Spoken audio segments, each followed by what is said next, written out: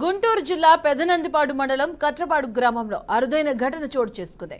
పునీత్ సౌరి దేవాలయంలో మరియమ్మ తల్లి కంటి వెంట రక్తపు దారు కారుతుంది. ఇక ఈ విషయం తెలుసుకున్న గ్రామస్తులు చుట్టుప్రక్కల గ్రామాల నుంచి మరియమ్మ తల్లి భక్తులు వచ్చి ప్రత్యేక ప్రార్థనలు నిర్వహించారు.